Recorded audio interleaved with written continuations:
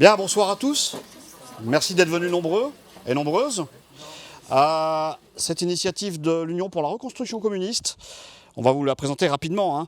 En cette période où la situation géopolitique, quel que soit le continent et jusqu'à chez nous, est particulièrement violente et peut prêter à un grand nombre de confusions avec les guerres et notamment le génocide en Palestine.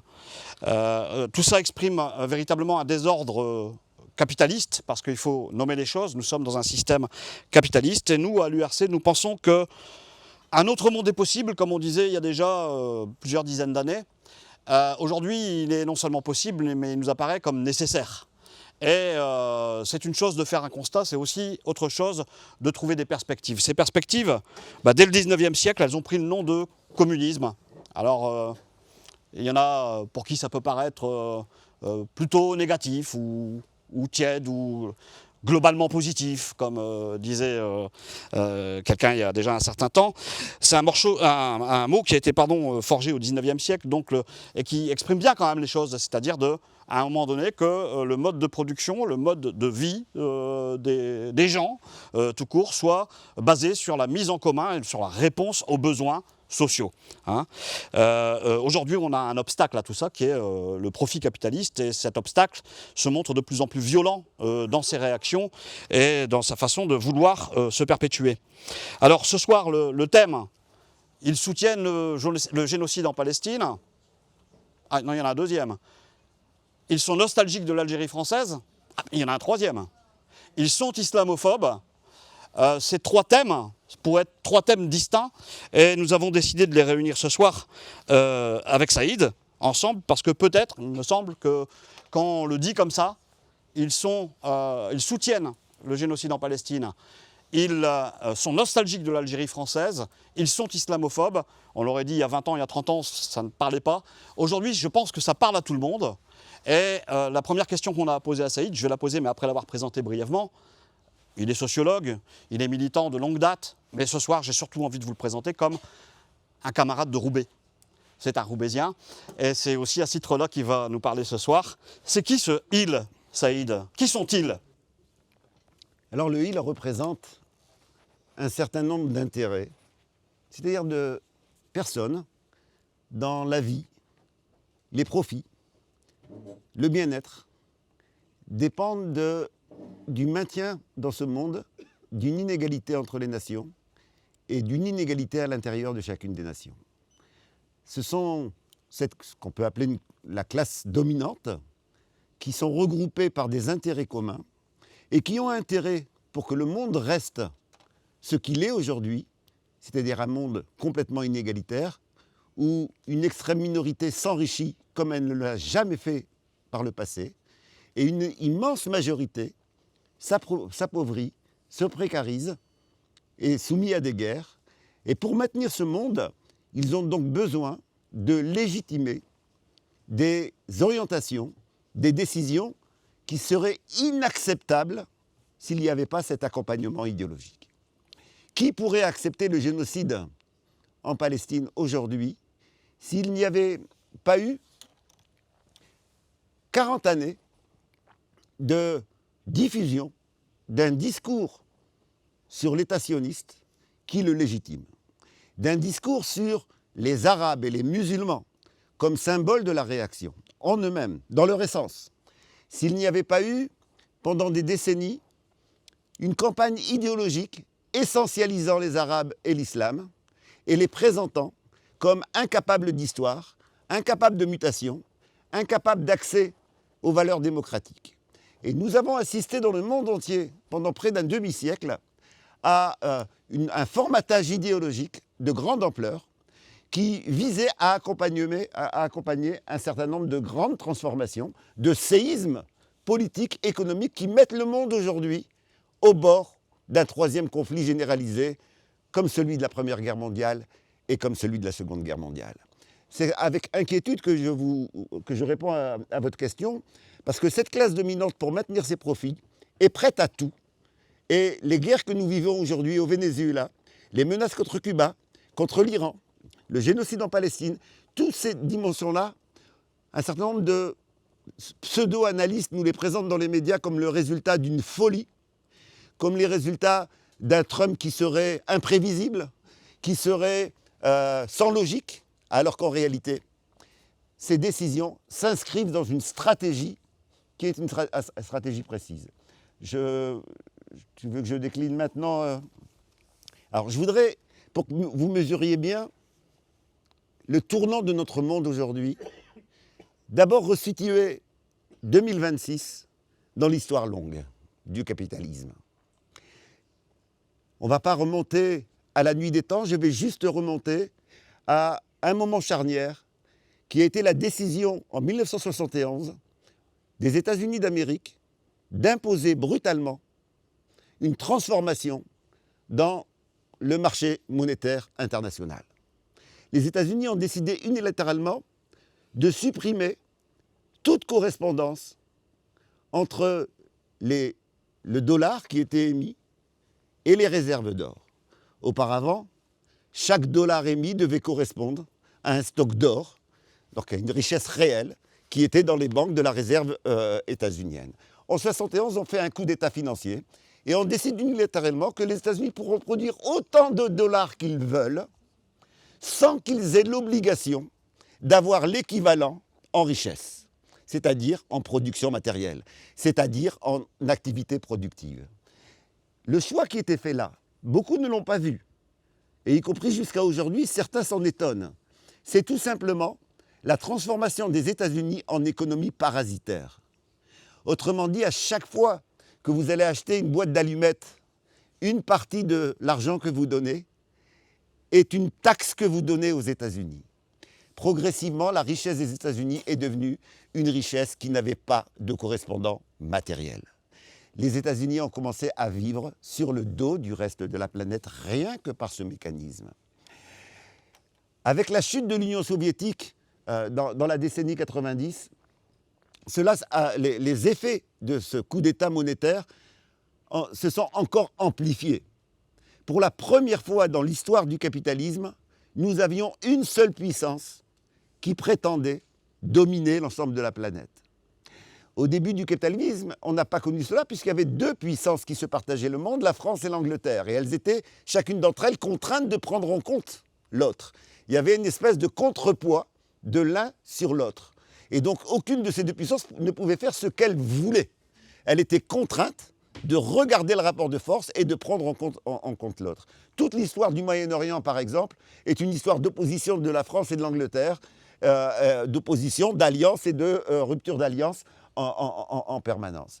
En 1945, ce monde structuré autour de la France et l'Angleterre va se transformer et on va avoir un monde qui va être structuré autour de ce qui a été appelé la guerre froide. La progression de l'Union soviétique, la place qu'elle a prise dans le combat antifasciste, fait que les États-Unis, qui devenaient la première puissance mondiale, étaient contraints de prendre en compte l'autre pôle qu'était l'Union soviétique. Après la disparition de l'Union soviétique en 1990, dans la décennie 90, on s'est retrouvé pour la première fois dans l'histoire du capitalisme avec une seule puissance hégémonique. Une seule puissance qui pouvait prétendre réguler le monde. Et la préoccupation des États-Unis à ce moment-là, ça a été une préoccupation en termes de comment faire pour que cette situation extraordinaire pour leur économie, extraordinaire pour leurs profits, perdure. Comment on va faire? Deux décisions et deux orientations ont été prises à ce moment-là et nous en voyons les fruits aujourd'hui. La première orientation, ça a été la décision, pour maintenir leur domination mondiale, de faire éclater un certain nombre d'États. Tous les États qui, par leur taille, par leur richesse, par leur histoire, pouvaient donner naissance à des oppositions aux États-Unis, eh bien la décision a été prise de les balkaniser. Ils ont appelé ça redessiner les cartes. Et vous avez eu la guerre d'Irak et l'éclatement de l'Irak. Et vous avez eu la guerre de Syrie. Et vous avez eu la guerre de Libye. Et vous avez eu la guerre de Somalie. Et la guerre d'Afghanistan. Tous ces États, si vous regardez ce qu'il en reste après ces guerres, vous avez des États éparpillés. Des États dans lesquels il y a des pouvoirs locaux. Des États dans lesquels on a divisé, on a balkanisé ces États. Et ils ont eu l'arrogance à cette époque-là, y compris de donner la liste des États qui étaient concernés. Par exemple, pour ceux qui sont d'origine algérienne, sachez que l'Algérie est sur la liste depuis très longtemps et que c'est un État qui a vocation à être balkanisé dans cette stratégie états-unienne. Alors on nous inventera, bien entendu, comme pour l'Irak, comme pour la Syrie, comme pour le Yémen, on nous inventera qu'on le fait pour défendre les femmes, qu'on le fait pour défendre telle minorité, qu'on le fait pour défendre les droits de telle minorité opprimée, etc. Bien sûr, on nous inventera des romans qui nous permettent de passer cela. Ce que n'avaient pas prévu les États-Unis, alors excusez-moi, j'y vais trop vite, ça c'est la première grande orientation. La seconde grande orientation, c'était pour maintenir cette hégémonie états-unienne, d'installer des micro-États surarmés, entièrement dépendants des États-Unis, pour gérer des régions entières. Le modèle, c'était tout simplement Israël. Un micro-État surarmé, entièrement dépendant des États-Unis pour gérer l'ensemble du Moyen-Orient. Mais ils ont la même démarche en Afrique. Le Rwanda pour contrôler toute l'Afrique centrale. Et ce n'est pas un hasard que le Congo n'arrive pas à se stabiliser. On a le Rwanda à côté dans la mission et d'empêcher une stabilisation du Congo qui est, je vous le rappelle, appelé par les géologues le scandale géologique. Il y a tout dans le sous-sol du Congo. Pour vos téléphones portables, tous les minéraux stratégiques, tous les minéraux essentiels pour les industries de pointe se trouvent au Congo. Et le prix que paye le peuple congolais, eh bien, c'est déjà près d'une dizaine de millions de morts à l'heure d'aujourd'hui. Et donc une instabilité qui a été construite, une balkanisation. Certains pensent au Maroc pour être un État de ce type-là, pour le Maghreb et pour une partie du Sahel, qui sont un autre point, un point stratégique. Voilà les deux grandes orientations. Ce qui n'avait pas été prévu par les dominants, heureusement qu'il y a des choses qu'ils n'arrivent pas à prévoir, eh bien c'est qu'un certain nombre d'États allaient progressivement prendre conscience de cette stratégie et enclencher des dynamiques autres. Ça va être le cas de la Chine, qui va connaître un développement économique particulièrement important, mais ça va être surtout autour de la Chine après, la mise en place des BRICS, donc d'un certain nombre d'États qui décident de se coordonner pour ne pas être simplement dans une dépendance aux États-Unis. Pour comprendre l'accélération actuelle, et l'islamophobie a été un des centres de ces dimensions-là, pour comprendre l'accélération actuelle, eh bien, il faut tout simplement prendre en compte ce qui s'est passé lors de la dernière décennie 2015-2025. En 2015, un certain nombre d'États se retrouvent confrontés au fait qu'à chaque fois qu'ils se sont opposés aux États-Unis, il y a eu des sanctions qui sont venues détruire leur économie. Une de ces sanctions, et pas des moindres, c'est que les États-Unis ont le pouvoir doter un État du système interbancaire de paiement. Autrement dit, du jour au lendemain, du dimanche au lundi, vous pouvez retrouver, par une décision de Washington, dans l'impossibilité de vendre votre pétrole. Ça s'appelle le système SWIFT. Et donc, quand on vous coupe du système SWIFT, vous ne pouvez plus vendre votre production. L'Iran, par exemple, lorsqu'elle a été soumise interdit du système SWIFT, a perdu en 24 heures 50% de ses recettes. Vous imaginez les effets immédiats sur l'économie, sur la misère de la population, et c'est la même chose qui a été faite au Venezuela, c'est la même chose qui a été faite pour la Russie.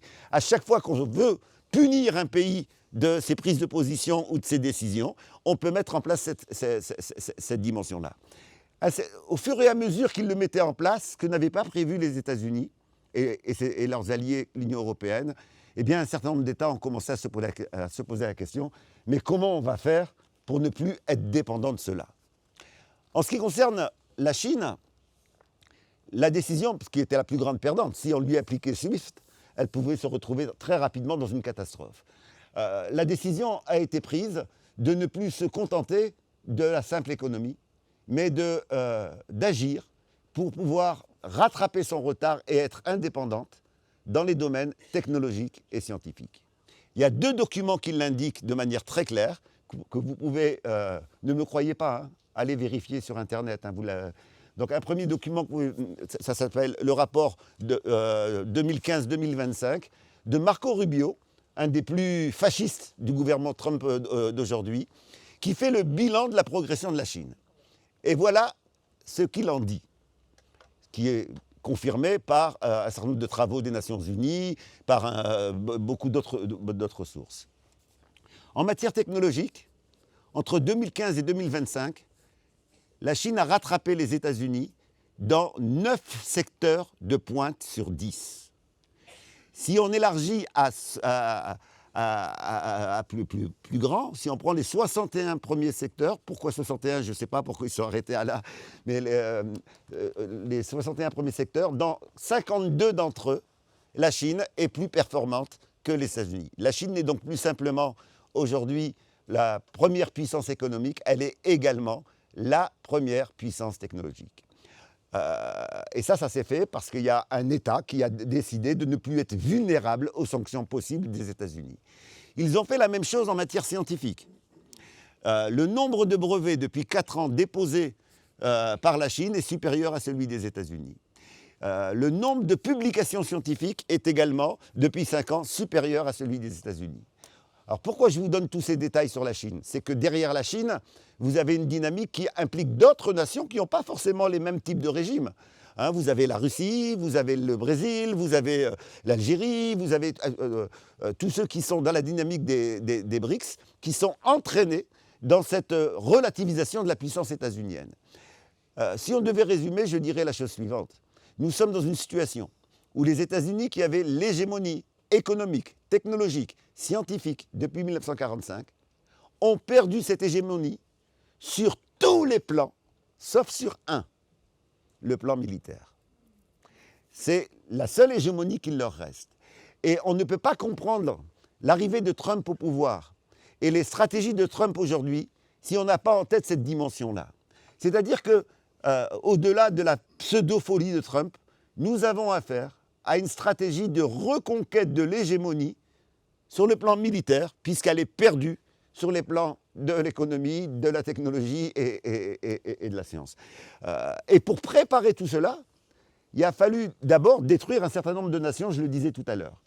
Quelles étaient ces nations? Là où il y avait des intérêts géostratégiques énormes, qui étaient, et comme le pétrole reste une des dimensions centrales de la distribution de puissance, eh bien, si vous regardez où sont situées les sources de pétrole, où étaient situées les sources de pétrole, parce qu'on en découvre de nouvelles aujourd'hui, c'était essentiellement dans les pays musulmans.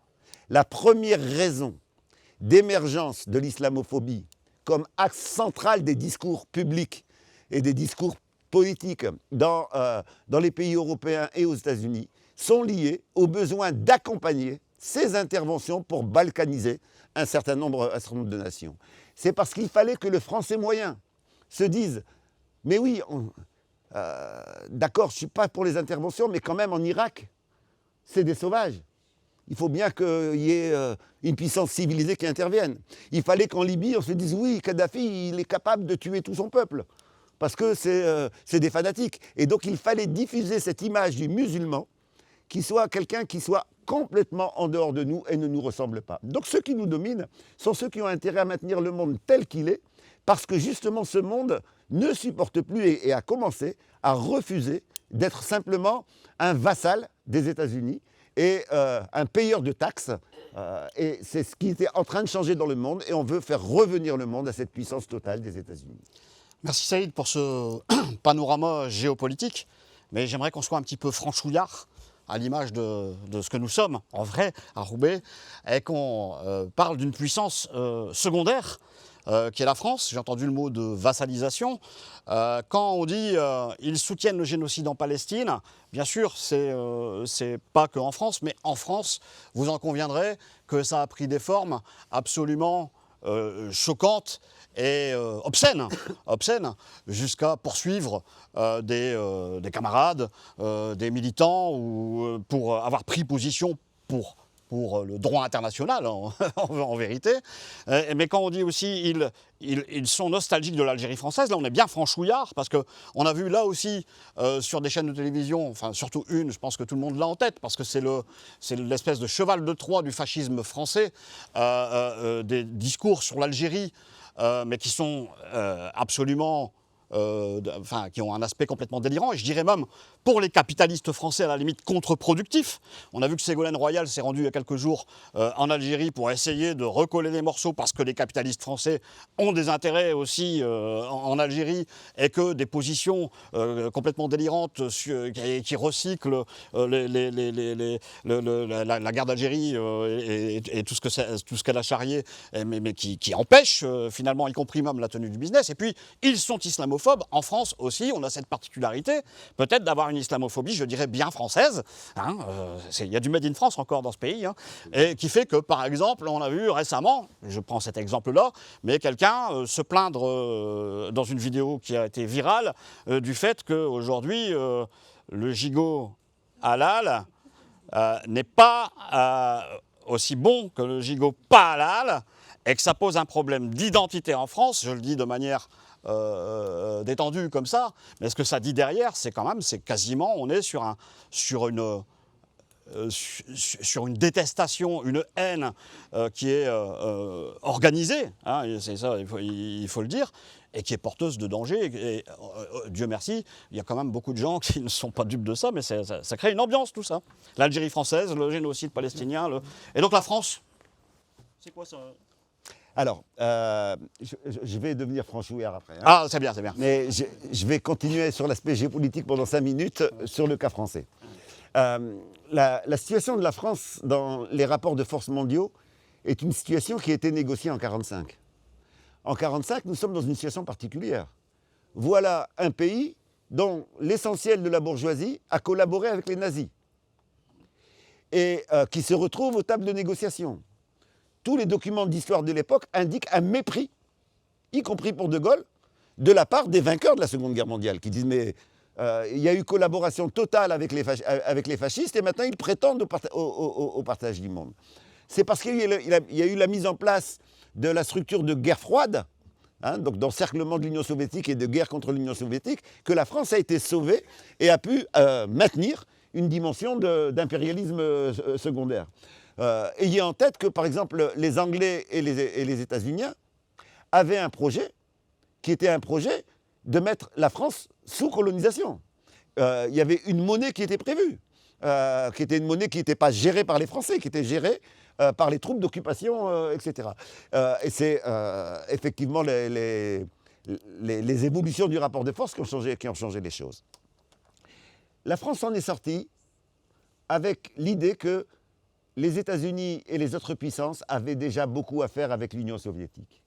Et que par conséquent, on allait donner une mission à l'impérialisme français qui était de gérer l'Afrique. C'est pour cela que la France a été, pendant des décennies, le gendarme des autres puissances en Afrique. C'était elle qui était en charge. Hein, ce n'est pas les Américains qui ont fait des coups d'État en Afrique. C'était, même quand eux avaient envie d'un coup d'État, c'était les Français qui le faisaient. Ce n'est pas les États-Unis qui ont tué les leaders progressistes d'Afrique, c'était les Français, même quand c'était les États-Unis qui le commandaient. La France a eu comme mission, on lui a concédé la gestion de l'Afrique, ça devenait le gendarme de l'Afrique pour le compte des autres grandes puissances. Et c'est ça qui est remis en cause depuis quelques années, et avec en particulier des remises en cause profondes. Les coups d'État au Niger, au Burkina Faso, au Mali, sont un discours qui est un discours anti-impérialiste. C'est la remise en cause de la présence française qui s'accompagne de nationalisation et avec des grands groupes français qui se font éjecter. Par exemple, Orano pour l'uranium a été éjecté du Niger et vous imaginez que c'est des profits énormes pour lesquels il y a une volonté de réaction et de repartir à la conquête. C'est la même chose pour l'Algérie.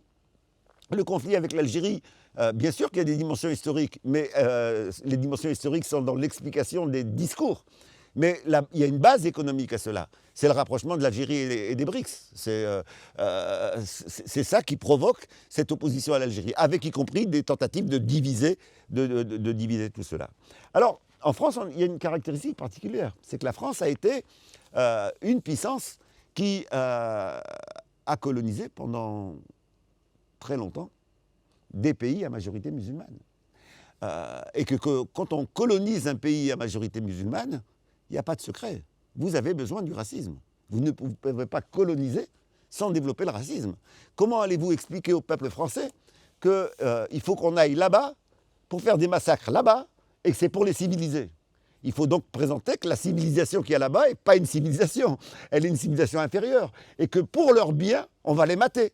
Pour leurs biens, on va les tuer. Pour leurs biens, on va les occuper. Et donc, il y a eu, sur la longue histoire, diffusion d'une image du noir, de l'arabe, du musulman, qui était infériorisante et qui était également porteur de danger, pour lequel la seule manière de répondre était de le contrôler, était de le mettre en soumission, parce que sinon c'était la catastrophe. L'intelligence des fascistes en France a été de comprendre très tôt qu'en s'appuyant sur cet héritage, qui n'a pas été déconstruit par les organisations ouvrières, pas assez en tout cas, eh bien qu'en s'appuyant là-dessus, en situation de crise, on allait pouvoir être entendu par y compris des gens qui ont tout intérêt à s'opposer à la bourgeoisie. Et dès les années 70, le Rassemblement national, enfin le Front national à l'époque, indique dans son programme qu'il faut mener la bataille des mots. C'est Stirbois qui, au deuxième congrès du Rassemblement national, dit dès cette époque-là, si nous arrivons à ce que les Français ne parlent plus de classe sociale, mais parlent d'identité, nous avons gagné. Et il fait la liste des mots à détruire et des mots à promouvoir. Et là, vous avez tout ce que l'on connaît aujourd'hui, tout ce qui est diffusé par Bolloré et par CNews. Donc il y a eu un choix conscient. Ils l'appelaient d'ailleurs, ils sont très intelligents, ils l'appelaient gramscisme de droite, du nom de Gramsci, qui était celui qui avait mis en avant l'idée que si on veut gagner, il faut mener la bataille des idées. Il faut que les bons mots l'emportent, etc. Et il ne faut pas laisser passer les mots de l'adversaire. Eh bien, l'extrême droite a retourné cela et l'a mis en place. Mais pendant des années, ça a eu un développement, ça a marché, mais pas suffisamment pour mettre en danger les équilibres politiques en France. Il a fallu autre chose pour que les choses commencent à changer. Il a fallu que les dégâts qui étaient mis ici, depuis les années 80, par les politiques économiques, à partir de, rappelez-vous Mitterrand, le gouvernement Mitterrand, avec toutes les promesses qui étaient faites dans son programme, et rappelez-vous ce qu'ils ont appelé le tournant de la rigueur, en 83, d'un seul coup, on dit, toutes les promesses qu'on vous a faites, on ne pourra pas les tenir parce qu'il y a une crise économique et que maintenant, il va falloir accepter l'austérité, accepter tout cela. Ça va être la destruction de pans entiers de la production française. On a cassé l'industrie française volontairement parce que c'était plus rentable d'exporter les entreprises dans d'autres pays. Donc il y a eu un choix qui n'est pas un choix de fou, c'est un choix très rationnel. Pour multiplier les profits, je n'ai pas intérêt d'avoir une industrie française. J'ai intérêt à ce que mes usines soient au Mali, soient au Niger, soient au Vietnam, et pas ici. Et donc ça a provoqué une misère particulièrement forte, et ça a provoqué des luttes. Ça a provoqué des luttes. Et en particulier, ça a provoqué des luttes où? Dans les secteurs clés de l'économie française. Et à l'époque, il y avait l'automobile. Il y avait l'automobile. Qui travaillait dans l'automobile dans les années 80? Les Noirs et les Arabes. Bien sûr, il y avait plein de travailleurs blancs, c'est pas un problème, il y en avait plein. Mais massivement, c'était cela. Si on voulait réussir la restructuration, la destruction des bastions industriels ici, il fallait que les luttes de ces travailleurs ne soient pas soutenues par le reste. Et donc on a eu une opération, c'est Mauroy le premier qui dit ce sont des grèves manipulées par l'Iran. Ce sont des grèves religieuses manipulées par l'Iran. C'est la première fois où on entend parler, où on a une expression publique de l'islamophobie. Donc quand on vous dit l'islamophobie est venue d'en bas, le peuple français qui a vu ses villes se détériorer d'un seul coup est devenu... C'est pas vrai. L'islamophobie est venue d'en haut. Et comme ça a été répété et répété et répété, ça a imprégné une population qui était dans la misère, de plus en plus dans la misère, ça a imprégné une partie de la population. Donc l'islamophobie est une production d'en haut vers le bas, mais qui a, à la longue, fini par devenir une grille de lecture, y compris par des gens qui n'avaient aucun intérêt à le mettre en place. Et on va assister à partir de ce moment-là à des cycles réguliers pour ne pas faire retomber la crêpe de l'islamophobie. L'étape de 2004 est une excellente étape, la loi sur le foulard à l'école, tous les observateurs de l'époque vous indiquent qu'il n'y avait pas de problème dans l'école publique. Les rapports officiels soulignaient qu'il n'y avait pas de problème à l'école publique avec le foulard. Il y avait des filles qui le portaient, ça ne perturbait pas la classe, et les enseignants ne s'en plaignaient pas. Sauf que, au moment où est lancée cette loi sur le foulard, on sort de la plus grande grève enseignante depuis 20 ans. C'est une grève qui a duré plusieurs mois. Les enseignants se séparent en juin. Avec l'idée qu'on reprend en septembre. Et qu'est-ce qui se passe pendant l'été? Vous avez la folie, l'hystérie sur la question du foulard. Je dis bien l'hystérie, hein. Pour les plus anciens, vous devez vous en souvenir. On voit des députés arriver à l'Assemblée nationale en mettant un foulard. On voit des chiffres sortir qui ne sont basés sur rien. On a des prises de parole quotidiennes sur le danger pour la laïcité, le danger pour la démocratie, etc. Et tout ça, ça ne vient pas d'en bas, hein. C'est bien, de nouveau, une islamophobie qui est parachutée d'en haut. Qu'est-ce qui se passe à la rentrée? Eh bien, les enseignants sont divisés. La moitié disant... Puisque Sam, tu es pour la loi sur le foulard et l'interdiction du foulard, donc tu es un raciste, donc je ne te parle pas. Et toi, tu me réponds, ah mais toi, tu ne défends pas la laïcité, tu acceptes que les islamistes entrent à l'école, donc je ne te parle plus. Et la grève s'arrête en septembre, alors que les assemblées générales avaient déterminé qu'elle allait reprendre en septembre. Vous allez avoir la même chose avec le mouvement sur les retraites, où vous allez avoir le débat sur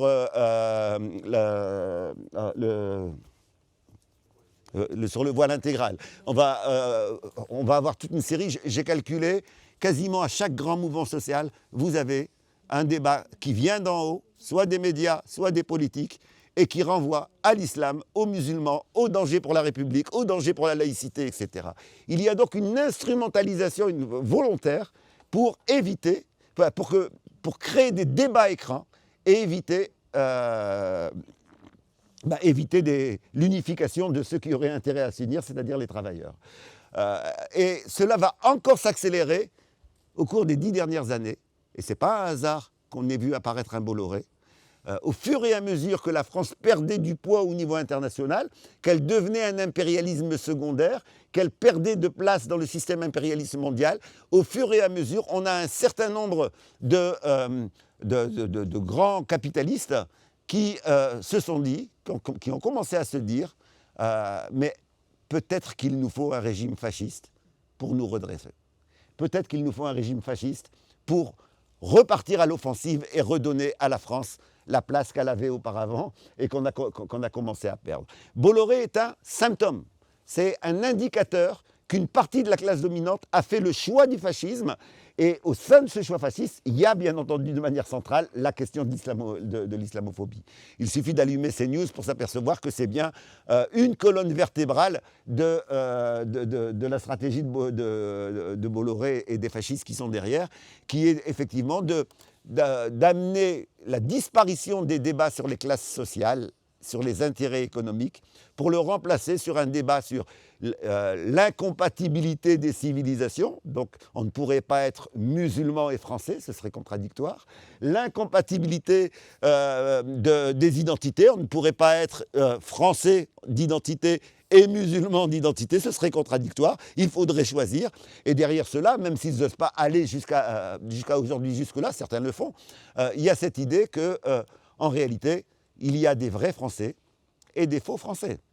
Et que les musulmans sont par nature et par essence de faux Français. Alors il faut bien mesurer l'impact de cela si nous ne sommes pas capables d'y répondre. À l'heure d'aujourd'hui, les classes populaires françaises, alors regardez les chiffres de l'INSEE, hein, donc vous pouvez vérifier ce soir encore, ne me croyez pas, allez vérifier. Les classes populaires françaises, donc j'appelle classe populaire la classe ouvrière et les employés. Dans les statistiques de l'INSEE, ça vous donne le résultat suivant. 30% des classes populaires françaises sont issues d'une ancienne colonie. En un marqueur, soit la couleur, soit la religion, qui viennent des anciennes colonies. Ça veut dire concrètement qu'avec une telle division, aucun changement d'ampleur dans ce pays n'est possible s'ils arrivent à créer un clivage autour de la religion, un clivage autour des identités, au lieu de parler de la réalité des classes sociales. Et la dernière décennie est une décennie qui est venue encore accélérer cela. Pourquoi? Bien parce qu'il y a eu des mouvements sociaux énormes. Ce n'est pas parce qu'ils n'ont pas gagné, ces mouvements sociaux, qu'il ne faut pas prendre la mesure. Et comment ça fait peur à ceux qui nous dirigent. Je vous rappelle le mouvement des Gilets jaunes, qui a été un mouvement qui a mis en action des gens qui ne faisaient pas grève habituellement, puisqu'ils étaient à l'extérieur de l'entreprise. Et ça a été un mouvement long et un mouvement qui a touché un très grand nombre de personnes. Il y a eu le mouvement sur la réforme de retraite qui a eu une ampleur inédite depuis des années. C'était la majorité de la population française qui le soutenait et la durée est également impressionnante.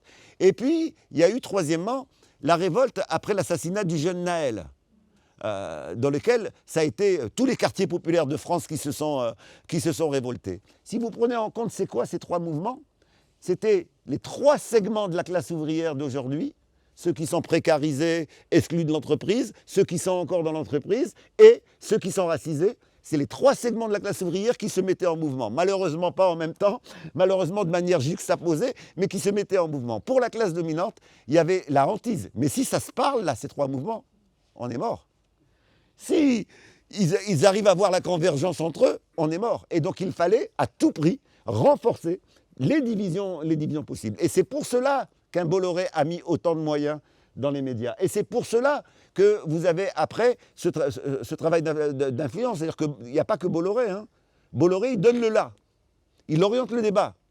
Et même les chaînes publiques après qui sont derrière, eh bien, de manière plus amoindrie, moins caricaturale, mais reprennent les mêmes thèmes. Et en fait, on a commencé à reculer à partir du moment où on a eu des responsables politiques, et c'était le Parti socialiste, je ne sais pas s'il se présente ici au municipal, donc surtout ne votez pas pour le Parti socialiste, voilà. Où on a eu Fabius nous disant « Le Pen pose des bonnes questions, mais apporte de mauvaises réponses ». À partir de ce moment-là, la logique était ouverte, c'était une boîte de Pandore. Si on n'arrêtait pas cette logique, elle allait déboucher sur ce que nous connaissons aujourd'hui. Je terminerai en faisant le lien entre ce que j'ai dit dans ma première intervention et maintenant, la dimension internationale et la France. Il faut que tout le monde prenne la mesure de ce qui est en train de changer.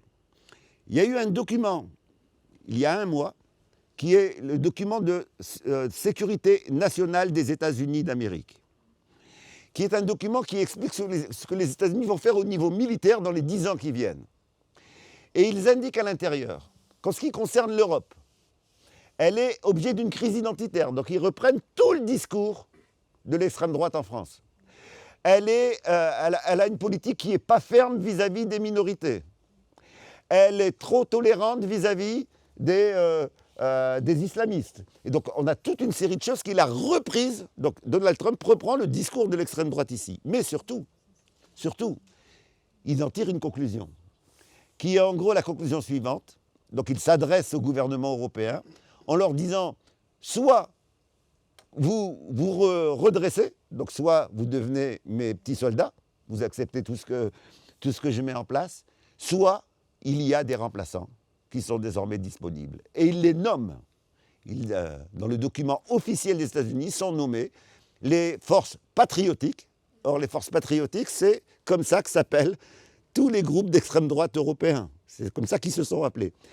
Et il indique donc que de futurs pouvoirs plus compréhensifs pour les intérêts états-uniens sont disponibles en Europe. Autrement dit, on a aujourd'hui une alliance possible entre les États-Unis et la partie la plus radicalisée des capitalistes en France, qui est prête à tout pour pouvoir repartir à la reconquête de la place perdue. Avant-dernier questionnement, Saïd, avant de donner la parole quelque temps à la salle, je voudrais rebondir sur un terme que tu as employé et qui est controversé, comme ils disent, ou polémique. Hein. Quand on parle de l'extrême droite en France et qu'on dit que c'est du fascisme, apparemment, pour certains, on exagérerait. Hein. J'aimerais que tu précises un petit peu ce qu'est le fascisme. Est-ce que vraiment c'est le fascisme? Parce que j'allais dire, on ne voit pas encore de chemise noire, quoique, défiler dans les rues.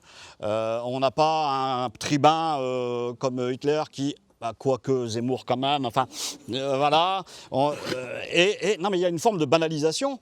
Parce qu'aujourd'hui, quand on parle non, mais ils ne sont pas fascistes parce qu'ils portent des cravates, ils sont bien habillés à l'Assemblée, etc. Et je dirais que malheureusement, cette forme d'amoindrissement de la caractéristique fasciste de ces partis, ça fonctionne quand même en partie. Deuxième chose, après que tu puisses bien confirmer que tu emploies le terme fasciste et que le fascisme serait un choix de la bourgeoisie française, tu disais que c'est une instrumentalisation des questions identitaires, religieuses, etc., pour masquer la question sociale. Alors j'ai une double question. Comment se fait-il que la question sociale se soit laissée dépasser aussi facilement par la question dite identitaire ? Et comment on remet la question sociale, puisque j'imagine que c'est le seul moyen de résister au fascisme qui vient, comment on remet la question sociale en avant, sachant que dans ce pays, on a quand même réussi à le faire à certaines périodes, parce qu'on avait un parti communiste qui était présent, bien implanté dans les masses, et ainsi qu'un syndicat, la CGT, qui était extrêmement là aussi majoritaire. Bien, j'ai 3 heures. Non. Alors, d'abord, il faut d'abord s'entendre sur le mot fascisme. Voilà l'exemple même d'un terme que tout le monde utilise en le définissant rarement. Certains pensent que parce qu'il y a un CRS qui nous a tapé dessus, ça s'appelle du fascisme. C'est pas ça le fascisme. Hein. Bien avant le fascisme, ceux qui dirigent la bourgeoisie a réprimé des mouvements. La Commune de Paris, c'était pas le fascisme, et pourtant on a massacré les Parisiens qui s'étaient battus pour une révolution sociale. Donc il n'y a pas besoin du fascisme pour qu'il y ait répression. Sinon, ça veut dire qu'on va considérer que le fascisme, il a toujours existé. Donc le fascisme, c'est pas ça. Le fascisme, c'est lorsque on a un pouvoir qui, pour répondre à ces luttes, décide de détruire toutes les organisations ouvrières, toutes les organisations syndicales, toutes les organisations contestatrices, etc. Donc le fascisme, c'est la destruction physique des militants et des organisations. C'est empêcher la structuration. Ce n'est pas réprimer un mouvement à un moment donné, c'est réprimer les organisations, c'est-à-dire détruire les organisations qui peuvent s'opposer. Si demain il y a fascisme, il n'y aura pas ce débat-là ici. Voilà. Et pourtant, on ne peut pas dire que Macron, ça soit un démocrate, mais ce n'est pas un fasciste. Il peut le devenir, hein, mais on n'aura pas ce débat. Vous serez tous embarqués si vous vous présentez pour un débat de ce type-là. L'URC aurait été déjà fusillé. Donc c'est la destruction physique des organisations. C'est ça le fascisme. Dans quelles circonstances il arrive ? C'est pas, la bourgeoisie n'aime pas le fascisme. Elle préférait ne pas en avoir besoin. Elle préfère quand les gens croient que la démocratie, c'est le paradis. Quand on a élu des députés, nos problèmes vont s'arranger. Elle préférerait ça. Le ruissellement, par exemple. Ouais, le ruissellement, elle préfère que les gens croient au système. Et donc le fascisme apparaît lorsque le discours de justification, de légitimation du système social ne marche plus. Quand les gens, quand ils écoutent Macron, ils disent « Ah ben c'est bon hein. ».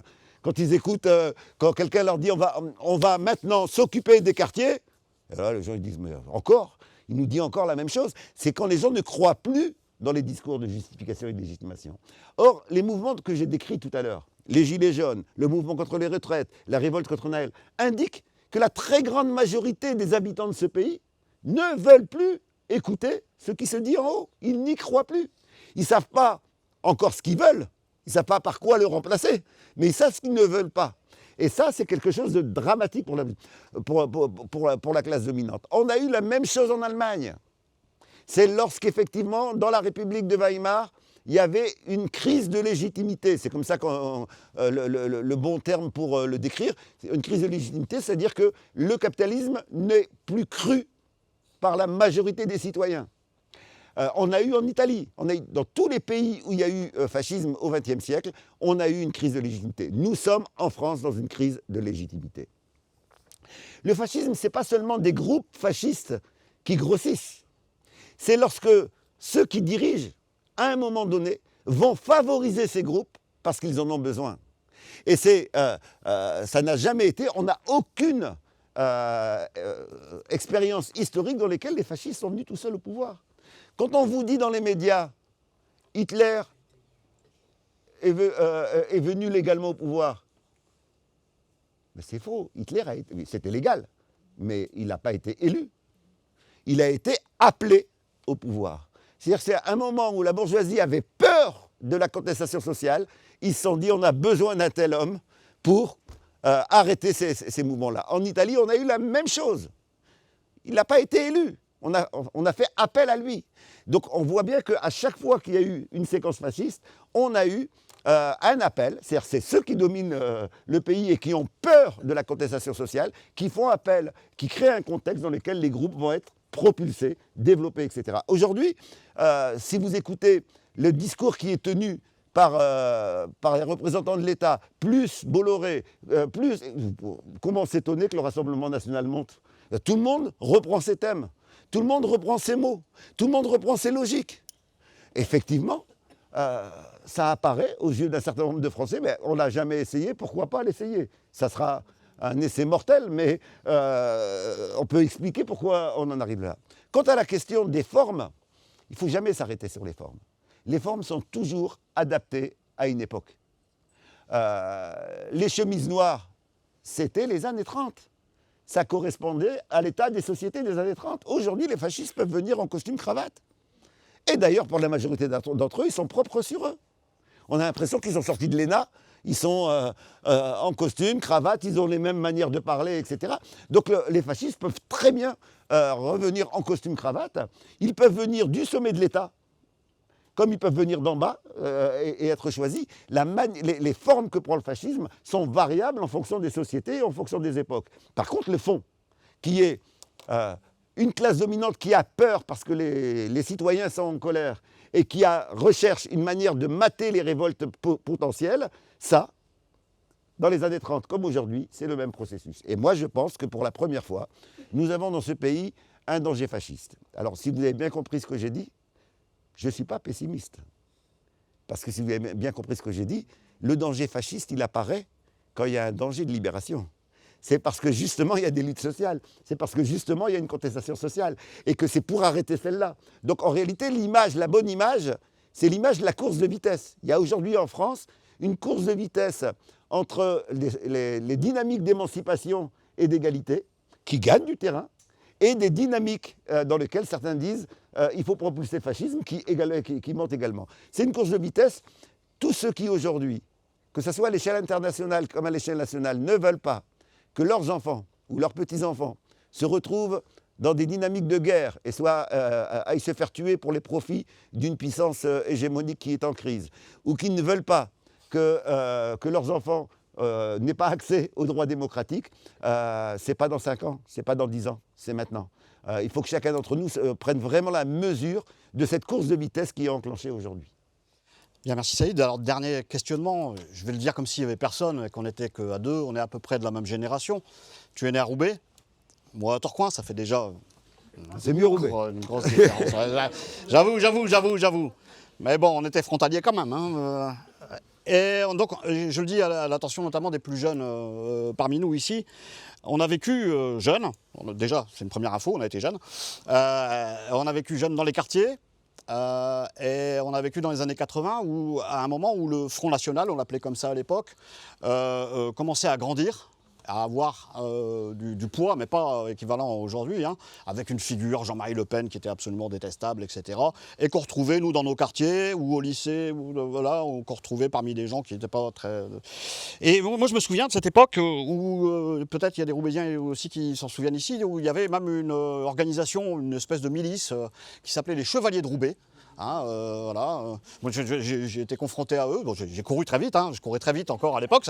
Voilà, hein. C'est des gens qui venaient, qui débarquaient dans ton quartier, qui ouvraient leur coffre et qui sortaient des flingues. Et puis voilà, alors, moi je suis blanc en plus, donc c'est encore une autre différence notable. Hein. Mais moi je me souviens quand même que dans ces années 80, on va faire les vieux schnocks, hein, mais au lycée, au collège, quand on apprenait que quelqu'un était raciste, bah, il se faisait taper à la sortie.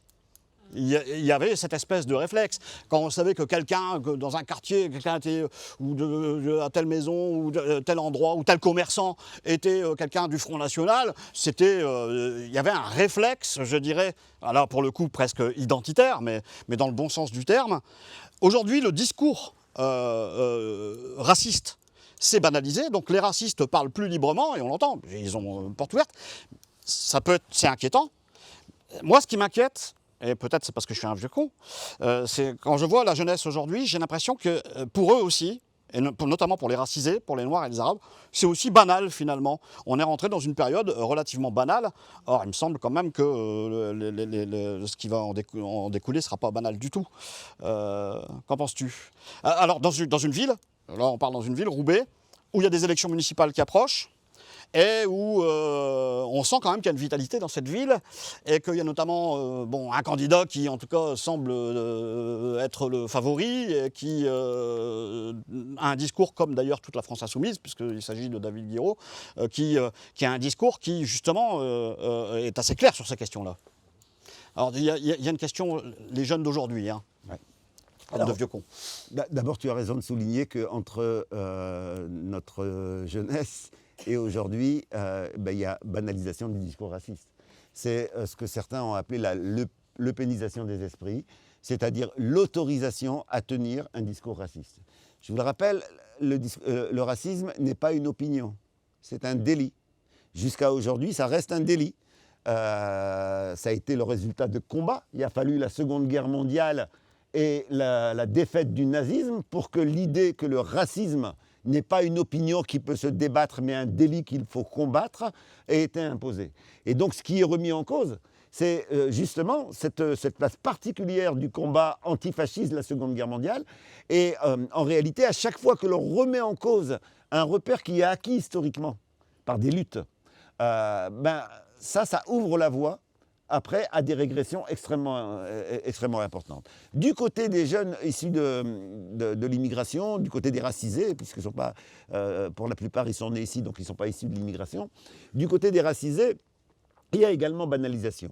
Il y a également banalisation, mais qui est tout simplement liée, à mon sens, à la perte d'habitude de l'organisation.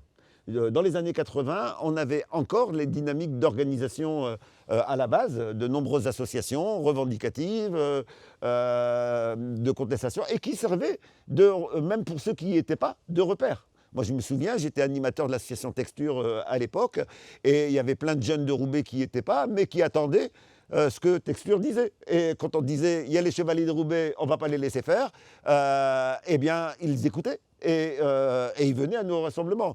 Je ne sais pas si vous connaissez les chameliers de Roubaix. Voilà. En fait, quand les chevaliers de Roubaix ont commencé à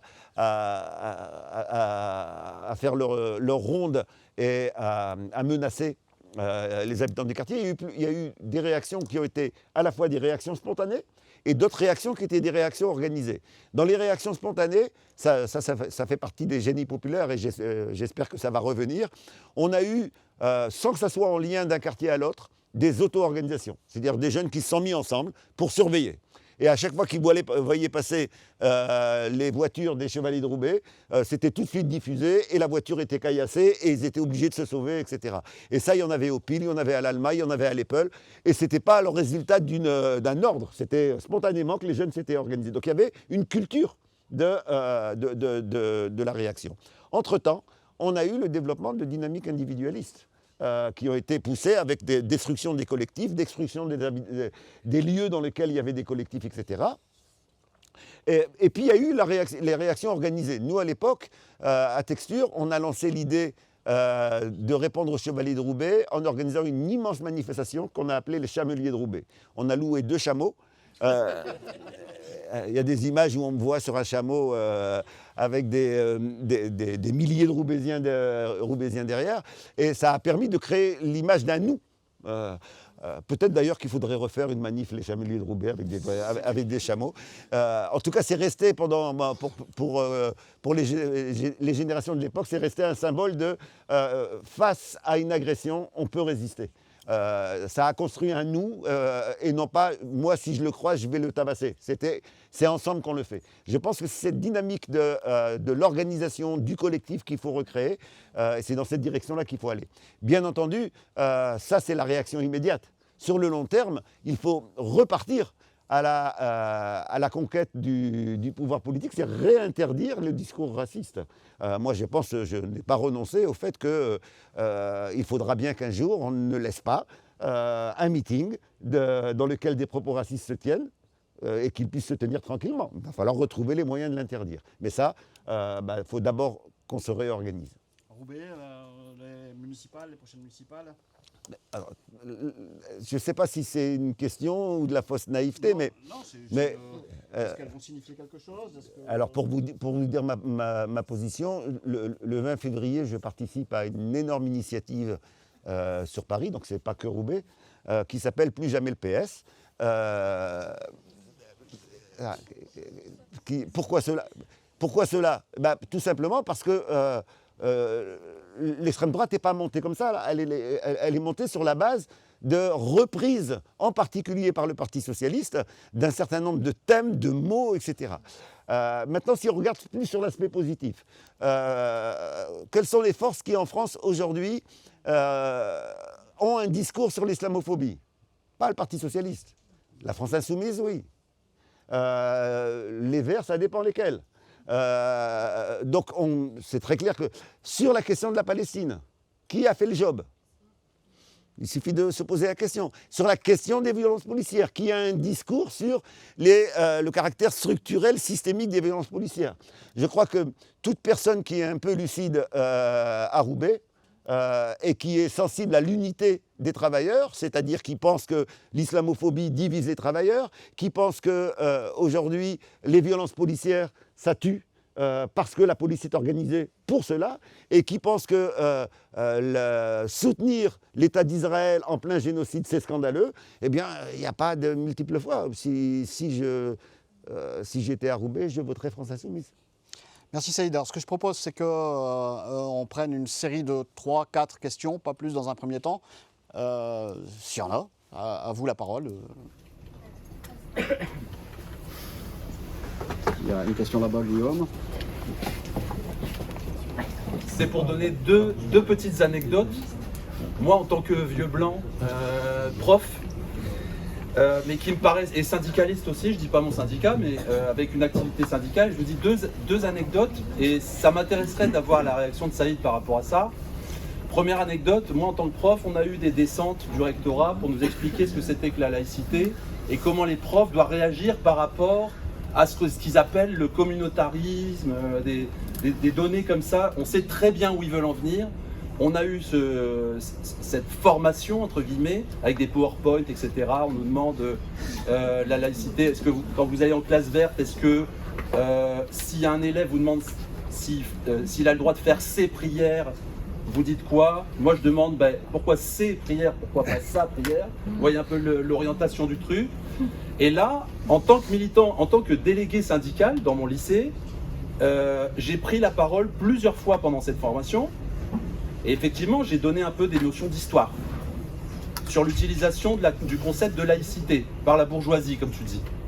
Et je remarque que mes collègues musulmans, collègues profs musulmans, alors je vais pas exagérer, mais enfin, sont terrorisés dans ce genre d'initiative. Et que moi, je m'en fous parce que je crains rien. Donc il y a cette première remarque en tant que syndicaliste prof. Après, j'ai une activité, et je la donne aussi rapidement, parce que ça s'est passé avant-hier, donc je m'en rappelle très bien. Sur Roubaix, donc on fait des permanences dans le même syndicat pour recevoir des travailleurs de Roubaix ou des gens qui sont dans la galère à Roubaix, dans nos locaux. Et se pose la question à la dernière CE, donc là c'est au sein du syndicat concrètement, mais il y a des luttes d'idées aussi à l'intérieur des syndicats, d'un bulletin à destination des Roubaisiens, un bulletin dans lequel on va expliquer c'est quoi nos permanences, les horaires, etc. pour que les gens viennent. Et l'idée, alors je vous dis la vérité, c'est pas exactement mon idée, c'est l'idée d'une camarade racisée qui dit ça, mais on a tous repéré qu'à Roubaix, la plupart des gens qui viennent dans nos permanences sont racisés et sont arabophones et comprennent mal le français et expliquent mal leur situation, etc., etc. Et donc je dis dans le bulletin, il faut qu'on mette un truc, il faut qu'on mette les dictons en arabe au verso. Et donc dans la CE, une camarade me dit, dans ce cas, il faut mettre toutes les langues. Mais je dis, mais on met ça en arabe parce que ce sont des arabophones, c'est notre expérience qui viennent expliquer leur histoire. c'est quoi l'intérêt de le mettre en coréen? D'autant plus que personne n'est coréanophobe chez nous. Par contre, j'ai dit coréanophone. Et que par contre, il y a des arabophones. Et donc, on peut les recevoir, ils peuvent expliquer, etc. Et bien, cette histoire, donc finalement, dans le bulletin, on va mettre arabe, mais on va mettre aussi, alors après, ça se discute, mais on a mis anglais, portugais, mais ça peut se défendre. Mais concrètement, la camarade qui m'a dit ça, elle-même était racisée. Vous voyez? Donc, la question c'est, pour moi le marqueur du fascisme aujourd'hui, c'est pas le fait que les fascistes sont en costume cravate, c'est que la diabolisation de... Parce que je suis pas à peu près la même génération, mais moi effectivement, des racistes, des lepénistes au collège, vous voyez comment on les traitait, mais aujourd'hui, ils sont en costume cravate, et c'est nous qui sommes diabolisés aujourd'hui. La gauche est diabolisée, c'est ça le marqueur du fascisme, c'est que c'est nous qui sommes diabolisés en permanence. Nous, c'est-à-dire l'ennemi de l'intérieur construit, c'est-à-dire les musulmans, les arabes, les noirs, etc. Et aussi les blancs, qui sont considérés comme, vous voyez, comment on dit pour islamo-gauchiste. Islamo-gauchiste, ou avant on disait d'autres trucs, enfin on disait judéo-bolchevique, tout ça, enfin bref, on faisait un paquet parce que tu n'as pas le profil qui correspond à... T'es pas musulman, t'es pas racisé, etc., etc. Donc la question c'est sur la gauche. Quel point de vue? Parce que tu vois, là tu as deux points de vue. Tu as une gauche qui... Parce que l'anecdote de la camarade, c'était, je vous le dis comme ça entre guillemets, parce que ça peut être intéressant dans la discussion. Elle dit, en tant que racisée, ouais mais déjà on parle que de nous. On parle que de nous. Donc non, pas l'arabe. Pas l'arabe. Donc il y a deux attitudes, parce que c'est une camarade. Donc il y a deux attitudes, soit tu mènes frontalement le combat sur cette question parce qu'elle est sociale, soit tu la nies. Et tu fais semblant qu'elle n'existe pas et qu'on n'est que dans le social, décrété d'en haut. Merci. Oui. Ouais, petite question. Alors on a parlé d'islamophobie, mais le premier pays, je pense, islamophobe ouvertement, je crois que c'est la France. On peut remonter l'historique, il y a eu le code de l'indigénat, il y a eu après les préférences nationales en 1932 en France, il y a aussi des gens qu'on croyait qu'ils étaient dans notre camp, par exemple le PCF en Algérie qui était islamophobe. Il y a eu d'ailleurs des articles de Gabriel Péry à l'époque qui ont été censurés à l'Humanité, tout ça. La question c'est, est-ce que la France est le modèle et le professeur international de l'islamophobie aussi pour pouvoir récupérer les minerais et tout ça dans les pays musulmans. Et on a vu aussi à Roubaix aussi un reportage qui est sorti il y a quelques années, je crois, il y a 4 ans, sur la rue de Lannoy. Voilà. Et vu qu'on a Roubaix, est-ce que Roubaix n'est pas aussi le modèle islamophobe en France? Donc ça aussi, ça pourrait être intéressant de savoir, est-ce que nous, avec notre lumière, notre culture, et le siècle des lumières et tout ça, on n'inculque pas aussi ces valeurs islamophobes au niveau international, comme tu disais, Trump utilise ça aussi. Est-ce que les autres pays aussi impérialistes utilisent aussi cette islamophobie? Merci. Une troisième question, et après tu pourras répondre. C'est Thierry, la syndication 59, et je suis parfaitement raccord avec ce que tu nous as présenté. Un discours très charpenté, très convaincant. On a lancé avec un petit groupe en syndicat une initiative qu'on veut le plus unitaire possible sur l'idée de documenter l'islamophobie scolaire. On sait qu'on arrive après la bataille, d'autres batailles qui ont été menées il y a très longtemps, notamment par toi et par d'autres, à la CGT d'ailleurs. Mais en tout cas, bon, voilà, on démarre quelque chose et on a travaillé avec Julien Talpin et Fatih Rajmi pour fabriquer ce documentaire. Voilà, pour l'instant, la CGT nous a rejoints, la Ligue des droits de l'homme, le MRAP, les étudiants musulmans de France, dans cette dynamique, et ça s'adresse à la fois aux anciens élèves, aux parents, aux étudiants et aux personnels. Notre idée, c'est que constituer un noyau assez solide dans le Nord, avec les organisations, les associations historiques, syndicales et de défense des droits, et de l'élargir le plus possible à l'échelle nationale, effectivement dans la logique que tu présentais, ce caractère absolument décisif aujourd'hui de cette question et bien évidemment pour aussi défendre les droits des personnes concernées. Voilà, il y a tout un processus qui est en cours. Il y a encore plein de questions sur la manière dont on pourra le mener ensemble. Donc c'est pas du tout ficelé, figé, tout ce qu'on veut. Mais voilà, j'en profite pour faire un peu de réclame parce que ça me semble parfaitement en écho avec ton intervention. Très bien. On va d'abord prendre on va laisser essayer de répondre aux 3 premières questions. Alors, Remarque. la remarque de Guillaume, elle est extrêmement importante parce qu'elle permet de souligner le coût de cette islamophobie sur les racisés.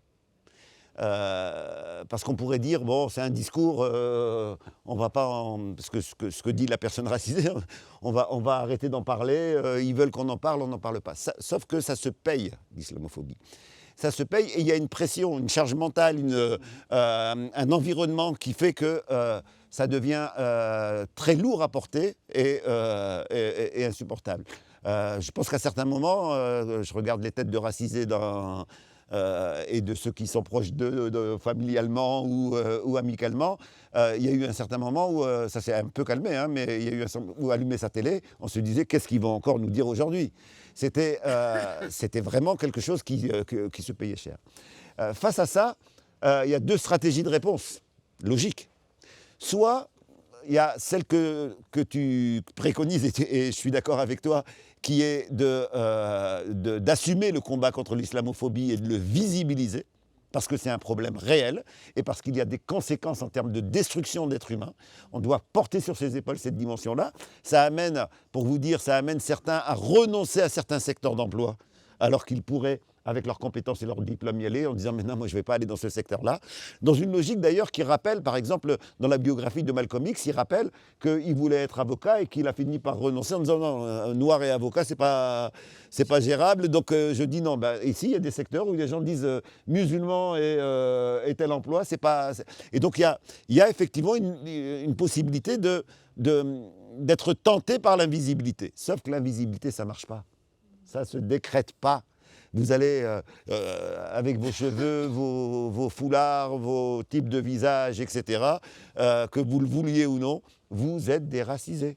Point. Mais c'est fou, ça fait 3-4 générations qu'on demande à ces gens-là que ces gens-là intériorisent le fait qu'ils doivent se taire. Ben oui, mais sauf que ça marche plus. Et je pense d'ailleurs que ce qui a changé et qui a provoqué une espèce de panique au sein de la classe dominante en France, donc avant l'accélération connue, donc dès les années 90, une des choses qui a changé, c'est un phénomène qui n'était pas du tout révolutionnaire en termes de projet, mais qui était tout simplement la vie.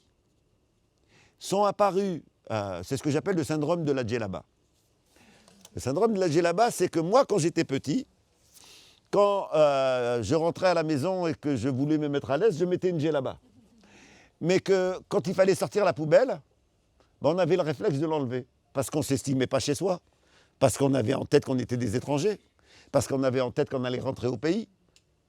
Il y avait cette dimension-là. Aujourd'hui, un jeune de 20 ans qui s'appelle Mohamed, quand il sort de sa poubelle, il ne va surtout pas penser enlever sa djellaba. Il est chez lui, il est né ici, et sa djellaba, il la porte depuis qu'il est tout petit. Donc la djellaba et la France, pour lui, c'est la même chose. Ça s'articule, etc. Et donc, on a eu une visibilité plus forte de l'islam et des musulmans dans ce pays qui a immédiatement été interprété comme un danger. Et là, on a eu le délire. Je me souviens d'avoir écrit un article à l'époque où Libération avait titré « Demande de mosquées et de carrés musulmans, l'intégration en crise ».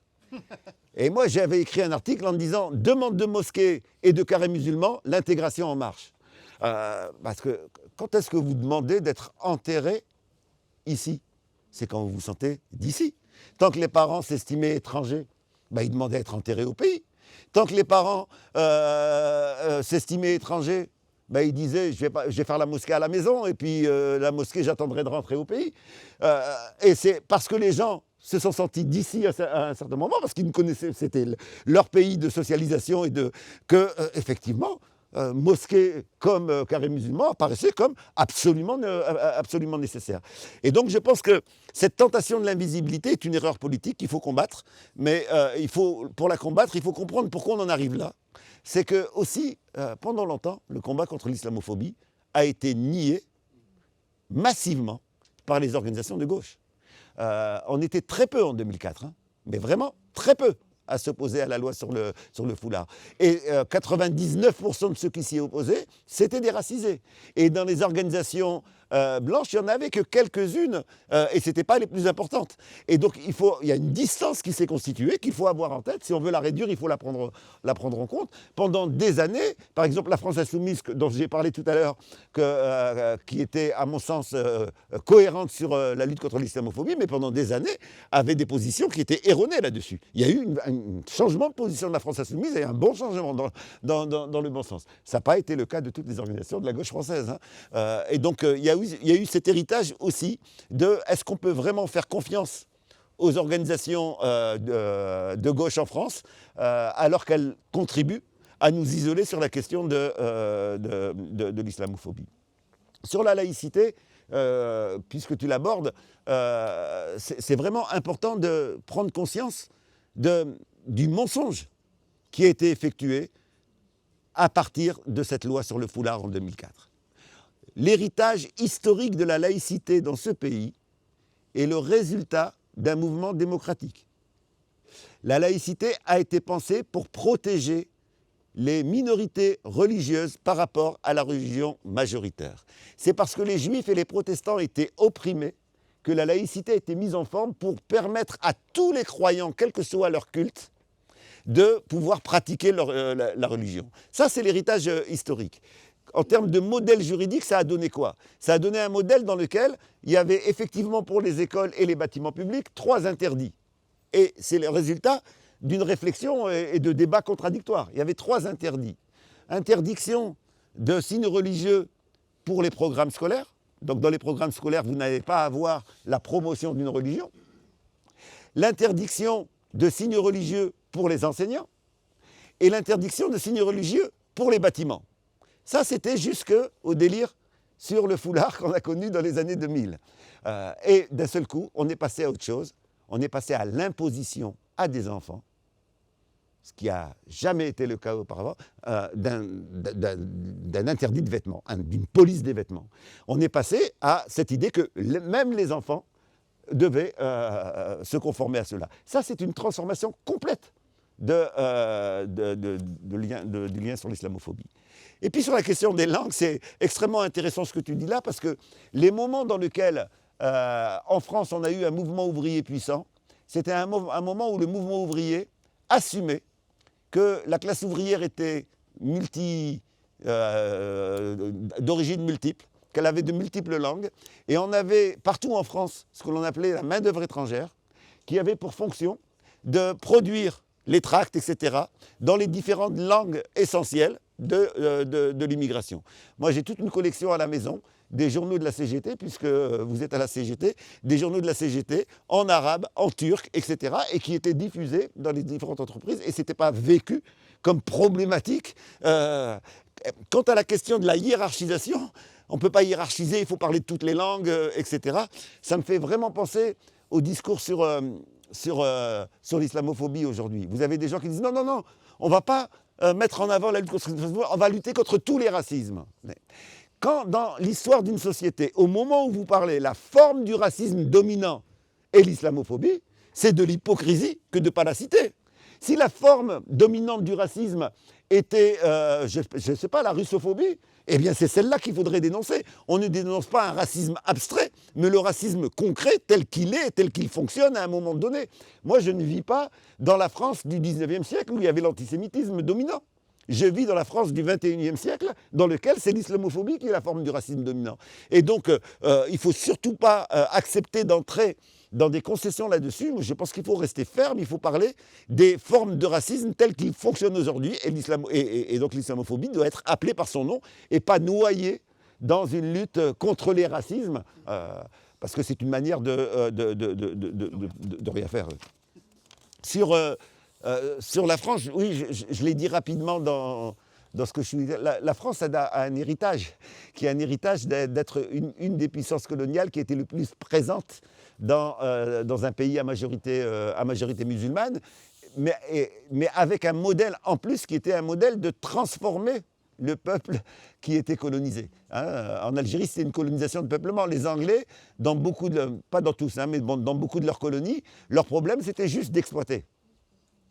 Les Français ont prétendu exploiter et transformer culturellement et civilisationnellement les peuples. Donc il y avait tout le discours sur la mission civilisatrice qui était mis en avant, et ça supposait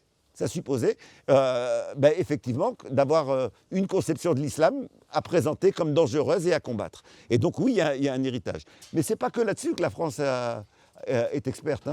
Je vous rappelle qu'après l'expérience de la guerre d'Algérie, un certain nombre de tortionnaires de l'OAS sont devenus des formateurs dans toutes les dictatures d'Amérique latine pour aller torturer les militants de gauche qui étaient arrêtés. C'est-à-dire que, oui, l'histoire forme des savoir-faire. Malheureusement, en France, on aimerait bien que les savoir-faire, ce ne soit ceux-là, mais d'autres qui soient mis en avant.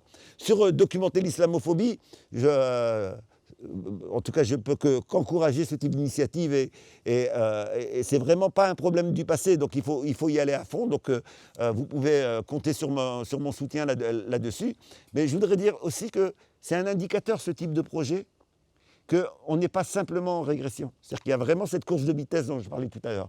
Je voudrais vous donner d'autres indicateurs. Par exemple, moi, il n'y a pas une semaine où je ne suis pas contacté par un jeune homme, une jeune femme dans ses recherches universitaires et qui aborde la question de l'islamophobie. En sachant que, pourtant, elle va avoir des difficultés. Mais malgré ça, c'est ça qu'ils mettent en avant comme sujet. Les violences policières, l'islamophobie, etc. C'est-à-dire que c'est comme si un certain nombre de personnes avaient décidé, malgré les conséquences, malgré les difficultés, d'assumer un certain nombre de positions contre l'islamophobie qui, auparavant, eh bien, oui, on a été assez isolés, ce que j'ai dit tout à l'heure. Bien, alors j'ai repéré 2, 3, 4, 1, 2, 3, 4, et on s'arrêtera là, si vous permettez, dans cet ordre-là. Demande de prise de parole. Au passage, on tient quand même à remercier, l'URC tient à remercier, on ne l'a pas fait tout à l'heure, la librairie Combo qui nous accueille dans ce cadre magnifique. Je veux dire qu'après la réponse de Saïd aux différentes interventions, si réponse il y a, vous avez la possibilité, parce qu'on ne l'a pas dit assez aussi, c'est que Saïd, c'est un grand travailleur intellectuel, et que vous avez là une partie simplement de ses ouvrages qui se propose, je pense, de dédicacer, si vous le souhaitez, tout à l'heure, qu'il y a des brochures aussi de l'URC qui sont à disposition pour toutes et tous. Donc au moment où ça se terminera, vous vous approcherez de la table si vous le souhaitez. Madame. Merci à l'URC, merci à la librairie Combo, et puis surtout merci à toi, Saïd. À chaque fois, c'est une belle respiration, ça fait du bien, ça fait plaisir. Et moi, c'est pas vraiment une question, c'est plutôt une intervention générale. Et je profite que Khaled, j'ai vu que Khaled était arrivé pour parler. Khaled qui est juste là. Ah oui. La première chose, avant que je puisse donner aussi la parole à Khaled, c'est dans mon travail iconographique, je me suis toujours demandé pourquoi l'islamophobie et d'où ça vient. Et je travaille sur les cartes postales coloniales notamment, et sur ce que j'appelle de la mauresque à la beurette. C'est-à-dire la mauresque au sein nu, et comment on a dénigré les femmes, comme on continue encore à dénigrer les femmes pour posséder les hommes et posséder leurs terres et leurs ressources. Et dans ce travail, je suis tombée sur un truc que tout le monde peut regarder, qui est sur YouTube, qui s'appelle Les Arabes et Hollywood. Et c'est le travail d'un chercheur qui est génial, un chercheur québécois, alors il est un peu vieux, genre les années 2000, mais qui se regarde encore bien, et il parle notamment de la Palestine aussi dedans, et comment dans les films on a dénigré les Palestiniens et comment on leur a donné cette image. Et c'est des films qu'on a regardés. Aladdin, la chanson Voleur d'Agraba et tout ça, on l'a chanté gamin. Et c'est super intéressant. Et donc toujours, parce que la propagande c'est aussi beaucoup des images, je vais pas revenir sur toutes les propagandes qu'on a pu voir, les affiches qu'on a pu voir. Avec Khaled, on a décidé de travailler sur un sujet que peu connaissent, mais que tu as abordé Sam tout à l'heure, c'est les chevaliers et les chameliers de Roubaix. Et je sais pas si Khaled, tu veux en toucher deux mots ou pas. Franchement, mais on trouve que c'est important d'avoir des images, des contre-images. Khaled, c'est un putain de street artiste, et puis surtout de graffeur et de peintre. Et on a proposé un projet, alors on sait bien que c'est pas des projets qui vont marquer, mais c'est pas grave, on prendra les murs s'il le faut. C'est de rappeler cette histoire de milice et de contre-milice que tu as légèrement abordé tout à l'heure, que sont celles des chevaliers de Roubaix. Et je suis toujours étonnée de voir la génération au-dessus qui a connu ça, même BR, tout à l'heure on en parlait.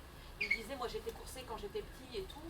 Et nous, on est tous choqués d'apprendre ça, quoi, et de voir à quel point...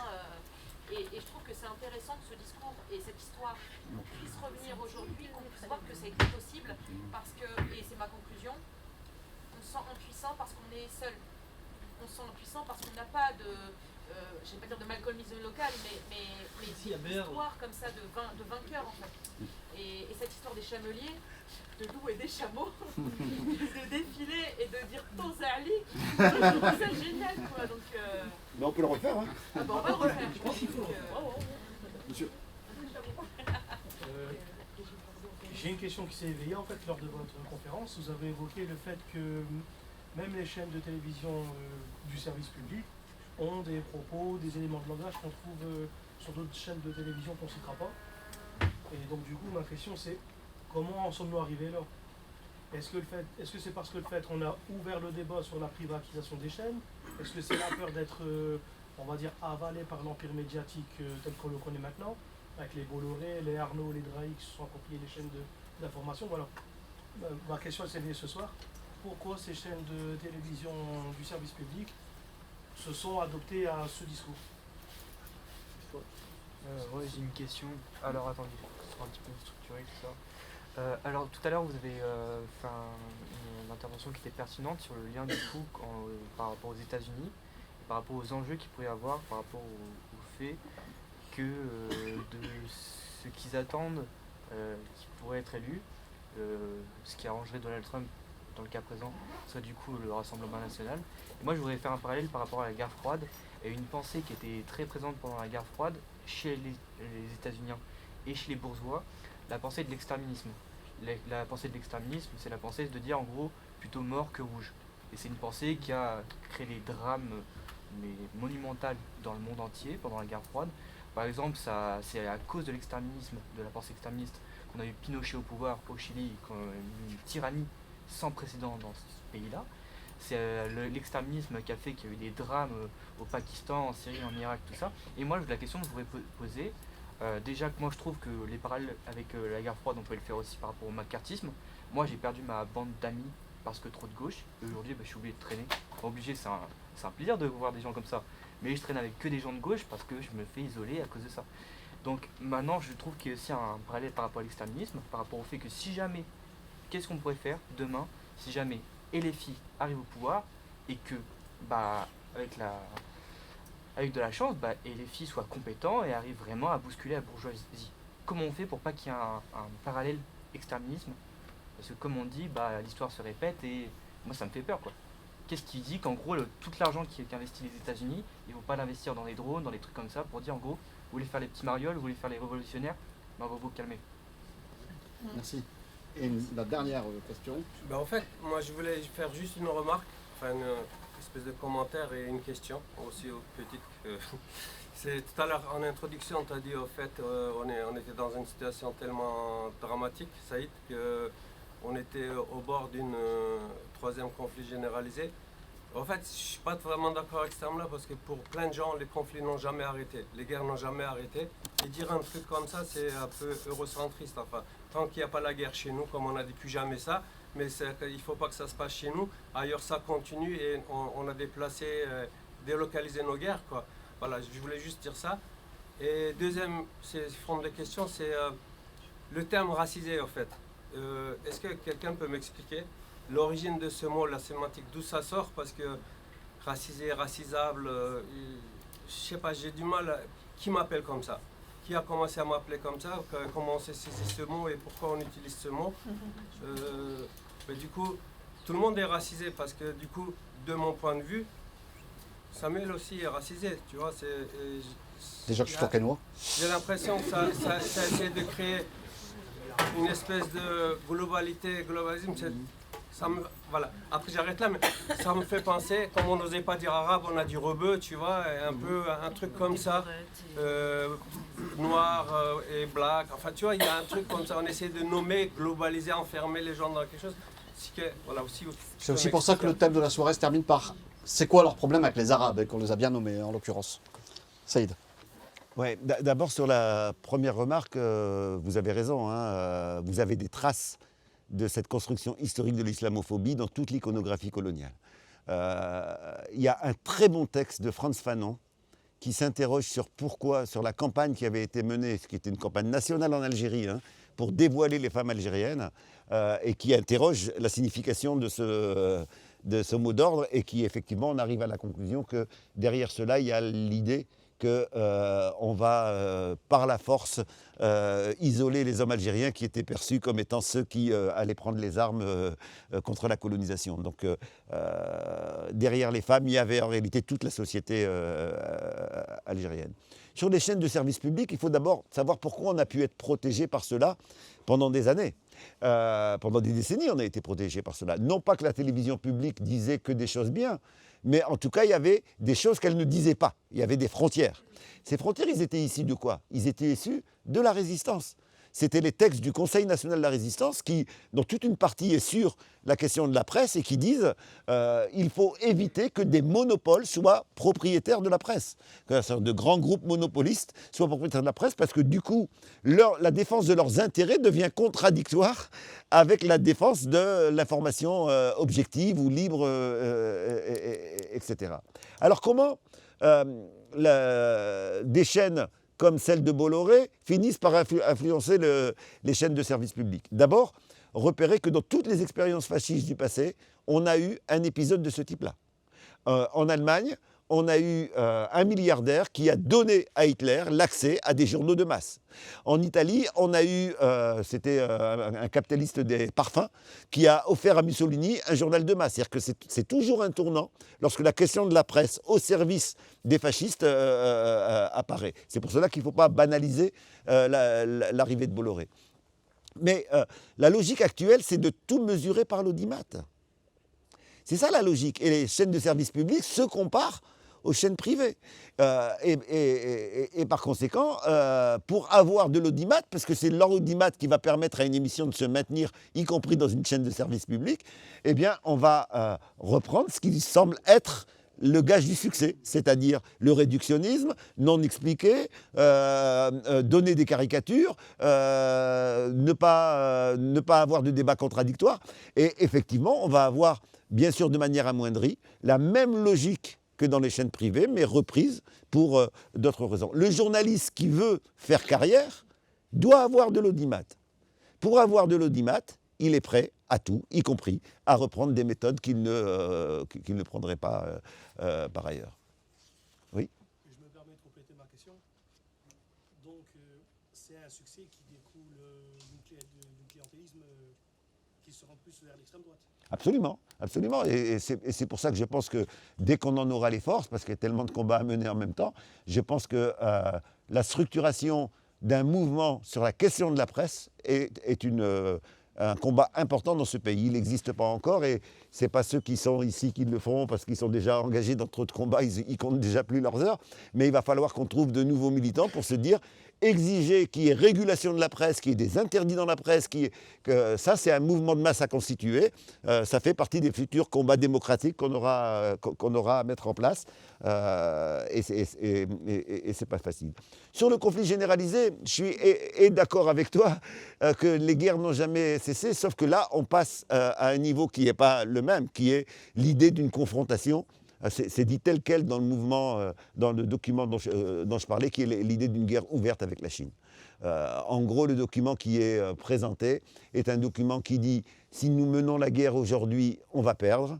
Par contre, nous avons quelques années pour réorganiser le monde de telle sorte que ça soit possible. » Donc là, c'est l'idée d'un conflit qui toucherait tous les endroits où des intérêts chinois sont présents. Donc c'est dans ce sens-là généralisé. Hein, c'est pas... Sur le terme racisé, c'est un long débat. C'est un long débat. Personnellement, j'ai commencé à l'utiliser parce qu'effectivement, dans la jeunesse, c'est un terme qui est devenu banal. C'est comme le terme islamophobie. Hein. Je ne pense pas que c'est le terme le plus adéquat. Pour moi, c'est du racisme. Ce n'est pas simplement de la folie. Hein, parce que phobie, c'est peur. Ce n'est pas simplement de la peur. Ce n'est pas simplement la peur de l'islam. C'est beaucoup. Mais à partir du moment où un mot et utilisé par les premiers concernés de manière massive, je pensais que pour débattre, il valait mieux l'utiliser, quitte à apporter des précisions de ce type-là. J'ai l'impression que ça joue contre l'idée de classe sociale en fait. C'est-à-dire que si tu nous invites à réfléchir nos luttes à partir de classe sociale et qu'on rentre dans une espèce d'appellation générale, ça élude. Sauf si tu l'expliques et si tu... voilà. En fait, le terme racisé, il est apparu pour désigner quand même quelque chose de réel. Ce n'est pas forcément la bonne réponse, mais désigner quelque chose de réel. Des gens qui sont français de socialisation, qui n'ont rien à voir avec une immigration, sont renvoyés à une origine réelle ou supposée et sont ramenés à cette idée d'une race différente. Donc c'est les gens qui, par leur couleur de peau, par le type de cheveux, par le type de nom ou le type de religion, ne peuvent pas apparaître, ne peuvent pas être banaux, ne peuvent pas devenir banaux, et qu'ils sont sans cesse ramenés à une catégorie spécifique. Donc ça, c'est une construction, ce n'est pas la personne qui est racisée, on la racise. Donc c'est dans ce sens-là que ce terme est apparu. Après, sur le terme de blanc, non, justement, sur la question des couleurs, il y a une caractéristique qui a beaucoup été étudiée, c'est que justement les dominants vont volontairement utiliser la couleur pour les autres et considérer qu'eux n'ont pas de couleur. Voilà. C'est-à-dire dans le même temps où on pouvait dire les Noirs, les Arabes, et ça se disait depuis des années et des années, dès que quelqu'un disait les Blancs, on disait mais raciste, t'as dit blanc. Les mêmes disaient noir et arabe, hein, mais le blanc n'a pas de couleur. Donc ça, c'est un des traits justement de l'idéologie raciste, ou bien on ne parle pas de couleur pour personne, ou bien on en parle pour tout le monde. Et d'ailleurs, la banalisation dans nos quartiers populaires du terme blanc, les blancs ou les fromages, ça a été une réaction, pas maîtrisée, mais une réaction spontanée contre ce mensonge qui était de donner des couleurs à certains et pas à d'autres. Alors, c'est des jeunes qui ont réagi en disant les fromages ou les blancs, mais c'était une manière de refuser que cette idée de couleur s'appliquait à certains et pas à d'autres. Alors, par rapport à... Oui, je ne sais plus si c'était... Si la fille arrive... Ah, oui.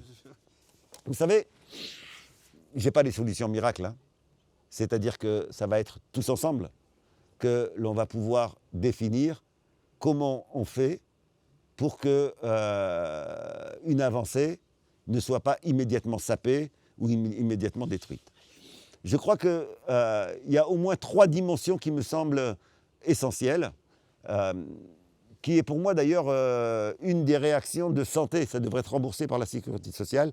Donc je pense que l'URC devrait être remboursé par la sécurité sociale, la CGT devrait être remboursée par la sécurité sociale, etc. Qui est que face à la violence de notre monde, il y a 3 dimensions qui sont, à mon avis, absolument nécessaires. La première, je suis moins détruit et moins en difficulté lorsque je comprends ce qui m'arrive que quand je ne le comprends pas. Autrement dit, les dynamiques de diffusion, d'explication sur les facteurs réels qui ne soient pas celles qu'on entend dans les Bolloré, etc. Quel outil pour cela? Comment faire, etc. Mais comment faire pour que les explications en termes de classe sociale, les explications en termes d'impérialisme, les explications en termes qui rappellent les faits de l'histoire soient accessibles au plus grand monde? Il y a un énorme chantier qu'il va falloir développer et ça me semble absolument nécessaire. La seconde, c'est qu'on est moins impacté par cette violence lorsqu'on est en groupe que lorsqu'on est seul. C'est pas pour rien qu'on détruit tous les collectifs aujourd'hui. Et donc comment on reconstitue partout des collectifs avec des objets qui vont être différents d'un endroit à l'autre, peu importe. L'important, c'est comment on fait pour qu'il y ait des centaines, que la plupart de nos concitoyens ne soient pas isolés, mais puissent être dans un collectif sur le logement, dans un collectif sur l'école, dans un collectif. Mais on ne peut pas résister à une violence systémique lorsqu'on est complètement isolé. Et la troisième, c'est d'agir, quel que soit le résultat, même quand on perd. L'action est ce qui nous permet de tirer des leçons et donc de se dire, ben voilà, la prochaine fois, je ferai autrement. Et donc ces 3 dimensions-là me semblent des dimensions essentielles. Maintenant, si on prend les résultats des futures élections, imaginons qu'il y ait un pouvoir qui essaye de transformer la société et qui est sabotage par un certain nombre de forces économiques, politiques, etc. La question qui est posée, c'est que si les citoyens sont organisés, eh bien, ils vont pouvoir défendre ce pouvoir. Et si c'est ce pouvoir qui trahit, ils vont pouvoir lui rappeler.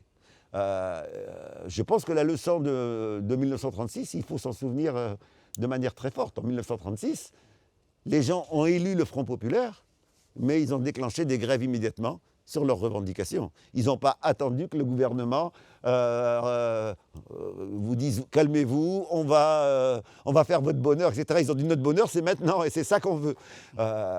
Faisons attention que si demain, nous réussissons à mettre des gens qui veulent transformer la réalité, que de ne pas rentrer chez nous en attendant qu'ils fassent notre bonheur. Le bonheur ne vient jamais de l'extérieur, il est toujours une conquête par la mobilisation de tous. On a eu un très bon public et des très bonnes questions, hein, Saïd. Ouais. Donc, je rappelle que vous pouvez, si vous le souhaitez, vous présenter ici à la petite bibliothèque, que j'appelle un trésorier ou un trésorier adjoint de l'URC pour éventuellement recueillir les fonds, et que vous pouvez aussi laisser les coordonnées à l'URC si vous souhaitez être tenu au courant de nos activités.